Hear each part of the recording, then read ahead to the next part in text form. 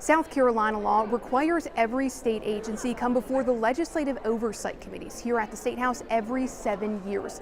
This year's cycle, the Attorney General's office is among those slated to come before the Senate Oversight Committee. But more attention was on Wednesday's hearing than most because the agency head is also seeking the state's top elected job.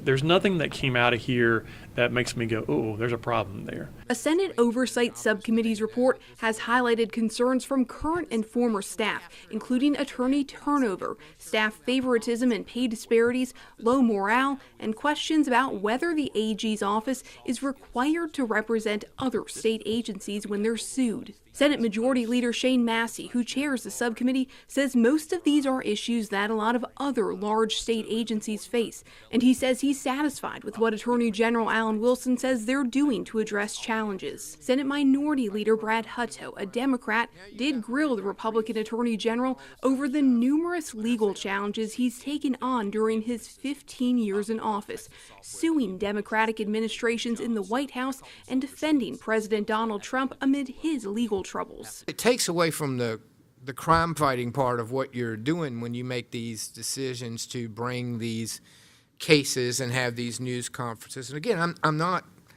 trying to criticize you for that. I'm just trying to understand the expense to the state of those decisions that you make. I would always argue that the expense to the state for us not to challenge some of these things is greater than the expense of bringing a case. And one of Wilson's gubernatorial opponents and one of his most frequent critics, Congresswoman Nancy Mace, was also in attendance for Wednesday's hearing. She came in with her staff a few minutes late, sat quietly for nearly 2 hours observing the hearing, and then left a little before it ended. Reporting from the State House, I'm Mary Green.